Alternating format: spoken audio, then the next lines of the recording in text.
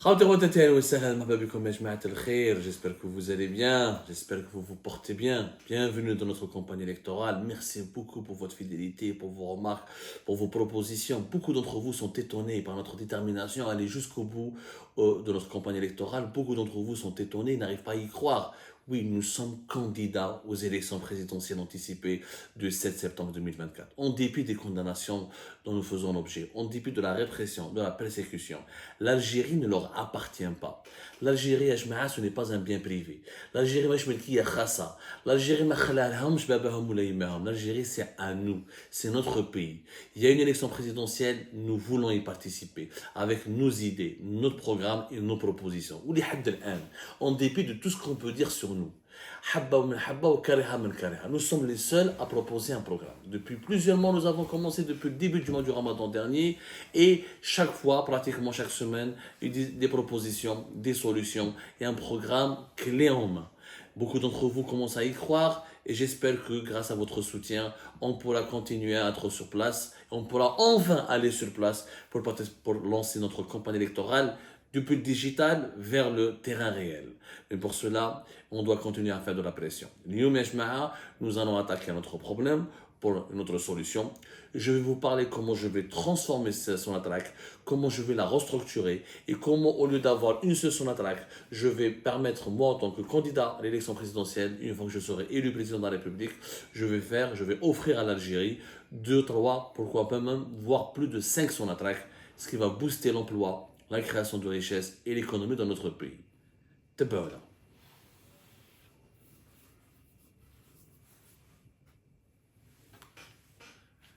خاوتي خواتاتي على بالكم باللي اون الجيري لا فيريتابل كولون فيرتيبرال العمود الفقري تاع الدوله تاع البلاد سو ني با لارمي سو ني با لا بريزيدونس سو ني با لي سيرفيس سكري سي سوناتراك لازم تستعرفوا بها لا فاش ليتيير لا سوسيتي qui nous permet de se nourrir, de répondre à nos besoins, de financer nos importations, de financer les importations de médicaments, de blé, de financer notre sécurité nationale, notre armée.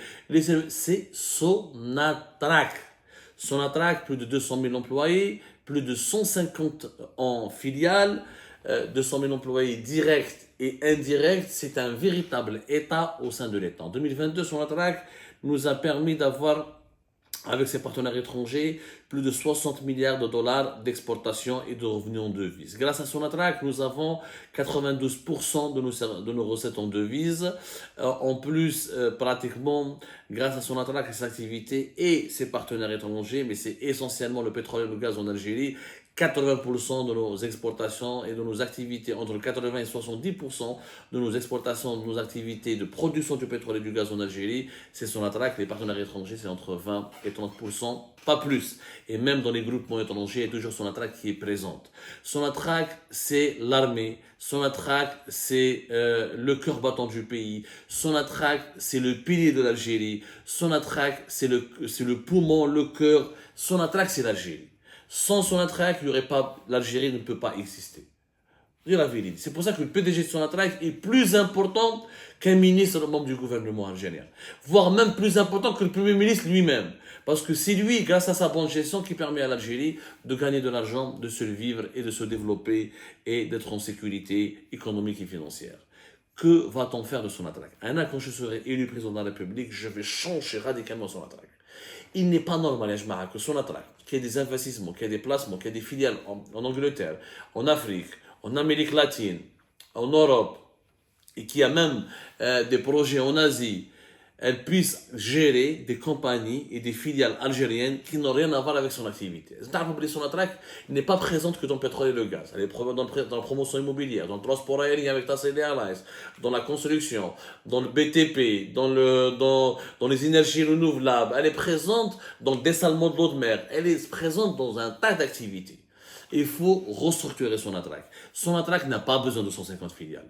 La majorité des filiales de Sonatrach, il faut les privatiser, les associer ou les donner à des groupes étrangers. Tassili Airlines. علاش Sonatrach a une compagnie aérienne.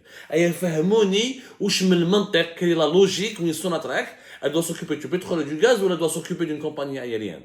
Mais Sonatrach, son expertise, c'est la production du pétrole et du gaz. Sonatrach doit être renforcée, elle doit se débarrasser de la majorité de ses filiales qui lui sont un poids lourd, qu'elle doit financer. Pour la majorité écrasante de ses filiales sont déficitaires, ne lui rapportent pas beaucoup d'argent. Sonatrach doit rester dans le pétrole et le gaz, elle doit se préparer à exploiter le gaz de schiste. On a comme une proposition à part dans notre programme, il faut aller vers le gaz de schiste. On n'a pas le choix. On a beaucoup de ressources en gaz de schiste. Ça peut nous ramener des milliards et des milliards. On peut exploiter le gaz de schiste dans certaines zones, comme le bassin de Belkin par exemple. Oui, on peut commencer à gagner de l'argent sans trop polluer l'environnement. On a des technologies propres américaines qui sont extrêmement révolutionnaires, qui garantissent le moins de pollution possible. Ça va nous ramener beaucoup d'argent. Le gaz de schiste, il faut y aller. Mais on ne peut pas compter que sur les étrangers parce que les étrangers vont nous exiger des garanties et ils vont devoir investir des centaines de milliards de dollars. Il faut absolument que Sonatrach soit prête pour le gaz de schiste. Donc, Sonatrach, on va la diviser. On va la diviser au moins en 5 prochains Sonatrach. Tassili Airlines, Sonatrach. Les activités de BTP et de construction et d'ingénierie, Sonatrach doit garder uniquement les filiales qui sont dans l'exploitation, dans la production, dans le raffinage, même Naftal, la distribution de carburant, Sonatrach. Sonatrach doit produire, elle n'a pas à commercialiser. Naftal, je vais la privatiser. Nous la bourse d'Alger. Il y a une bourse. Il y a la bourse où je mets 30-40% de ces sociétés la bourse. Des investisseurs internationaux et privés, Naftal ne peut pas être rattaché. La Naftal doit avoir une stratégie commerciale différente. Elle ne doit pas être traitée de façon privilégiée parce qu'elle est une filiale de Sonatrach. Il faut qu'elle ait des concurrents. Mais il faut qu'il y ait des concurrents privés. On a essayé de faire ça. Il y a eu quelques concurrents privés, malheureusement, mais c'était surtout des oligarques qui ont voulu profiter pour créer quelques stations d'essence privées. Non, il faut des véritables marques. Pourquoi pas des marques internationales? Pourquoi pas Eni, des stations d'essence? Pourquoi pas Total? Pourquoi pas BP? Pourquoi pas ne pas donner une part des parts de participation à Naftal, à des grandes compagnies internationales. Sonatrach doit se concentrer essentiellement sur comment exploiter le pétrole, comment gérer les oléoducs, comment gérer les gazoducs, comment exporter et comment exploiter le gaz de schiste. Sonatrach doit devenir une compagnie internationale. Elle a des projets en Amérique latine, elle a des projets en Libye, en Mali, en Niger, elle a des projets dans d'autres pays. Elle peut aller vers. Elle a même des possibilités d'investir aujourd'hui dans beaucoup de pays africains, par exemple. Il y a des nouveaux gisements de gaz et de pétrole qu'on découvre. Au Sénégal, en Mauritanie. Sonatrach peut être présente, peut participer. Elle a une expérience. Et nous avons parmi les meilleurs ingénieurs en pétrole et en gaz au monde, grâce à l'Institut algérien de pétrole. C'est une école pépinière. Rohou au Texas, rohou au Abu Dhabi, rohou au Irak. Vous trouvez dans des grandes compagnies internationales la crème de la crème des ingénieurs de pétrole. Sonatrach, on doit augmenter les salaires. Il faut arrêter que les cerveaux algériens, que les meilleurs ingénieurs algériens de pétrole et de gaz partent à l'étranger. Il faut doubler, tripler les salaires. Il faut que les salaires qui sont proposés aux ingénieurs algériens, qui sont dans le forage, qui sont dans la gestion des puits, dans la sécurité des puits, dans la découverte, dans l'exploration des puits, des gisements de gaz et de pétrole, il faut qu'ils aient des salaires similaires à ceux de BP, de Total et d'ExxonMobil ou de Chevron.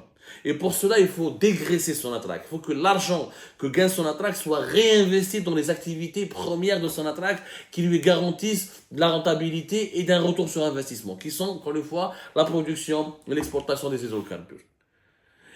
Dans d'autres secteurs, les filières de Sonatrach, on transforme. Des Sonatrach transport aérien, l'équivalent de Sonatrach, le BTP, les ouvrages de construction, dans la gestion des bases de vie, dans la gestion des villes sahariennes. Et Sonatrach doit aussi faire une expansion à l'étranger, vers la conquête d'autres marchés africains, l'Amérique latine. Sonatrach va devenir ainsi en étant mieux géré, en ayant beaucoup moins de charges, en faisant beaucoup moins de social comme elle le fait aujourd'hui. Sonatrach peut gagner 10, 15%, voire 20% de plus par rapport à son chiffre d'affaires actuel.